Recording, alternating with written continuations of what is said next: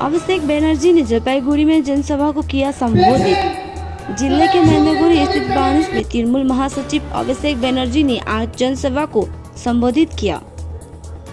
सभा में हाल ही में आए तूफान प्रभावित लोग भी मौजूद थे।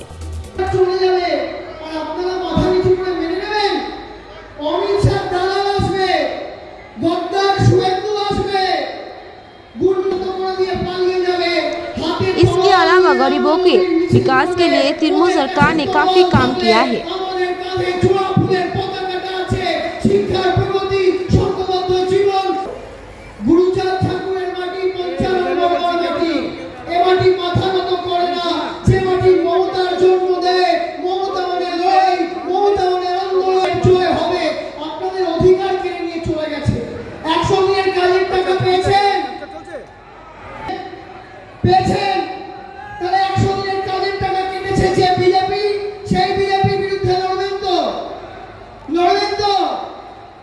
চুপ করে থাকলে আপনাদের ভোট দেবে আর পালিয়ে যাবে। ভোট নেবে একদিন 500 টাকা